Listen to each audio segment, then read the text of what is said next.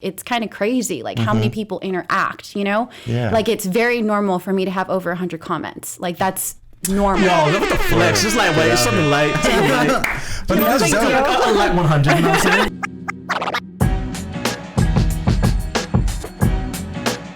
Do you think that your work on Instagram led your art that way, or do you think like your art was already headed in that direction? Or? I think it's a little bit of both. Yeah. I think it's, you know, whatever medium you're using, you use it to the best of your knowledge and your abilities to use it.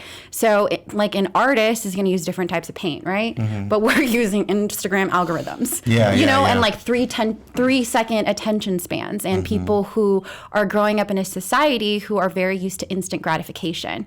So you have to be able to pull them in somehow, and micro poetry, it lends so much room for that. Micro poetry. Micro poetry. Yo, it's a new world, dog.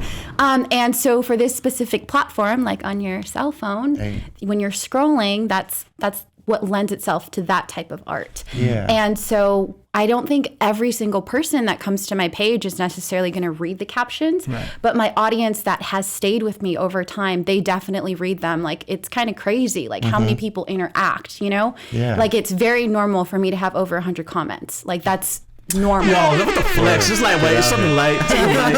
But that is dope. I like 100, you know what I'm saying? Because what you are an example though is like a lot of people like to talk about, and there are certainly negative aspects to everything in life, including Instagram, including social media. But you are this figure and proof that there are people that are doing positive things with the mediums that we're given. What you do with it. Yeah, and we're figuring it out. Our generation's figuring out. The next generation will have it more figured out, and then eventually there will be people that are purpose-driven, and these tools, they're tools, you know? Yeah, it's really interesting how Instagram is meant for people to judge books by their cover. Yeah. Right? And yeah, like with poetry, where you want people to read more into it, but then again, grabbing that 3-second hit, it's like how do they get into that? And sometimes they won't. Sometimes they will just leave it at the cover of the book. I'm like, all right, cool. Yeah. Pass, like double tap, boom.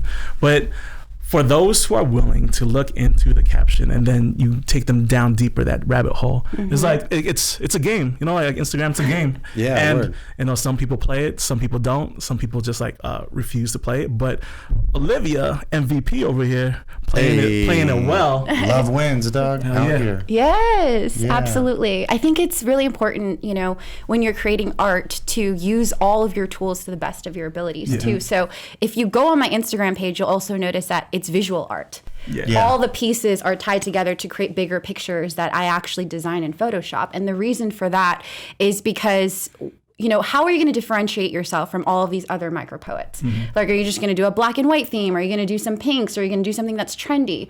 And for me, it was developing a style that, you know, made sense to me. And you'll notice that, you know, so I'm the girl in all the photos, of course. But you don't see my face because that's not important.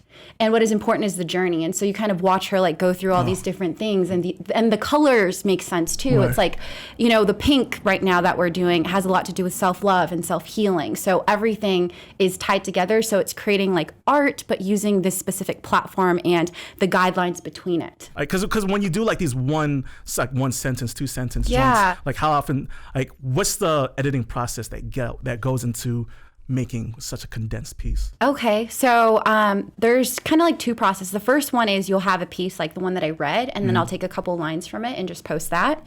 So you won't actually ever get to see the full piece of it, and that just lends to the platform. The other way is sometimes lines just come to me in my brain. So like what I was saying is like, you know, talking about earlier, the guy saying to me, "You're going to be the greatest heartbreak of my life."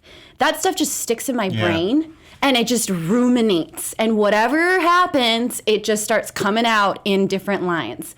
And so after something comes out for me, it comes out in multiple different ways, and I won't know until I keep going, if that makes sense. Like I may rate, if it's just, let's say, example, like a 2-liner, right? I'll rewrite it like 5-6 different times because the first one is like that feeling or the thought that I want to convey, but you have to figure out the right way to say it. Right may not be the accurate word for it, but just effective verbiage. Exactly. Is important. You know, and to take out all the fuss. Each word matters. Right. Exactly. Like take out the that's, or take out the things that are not necessary, so it's not just fluffy. Like I think consolidating and being concise with the way that you say something when it comes to micropoetry is really important.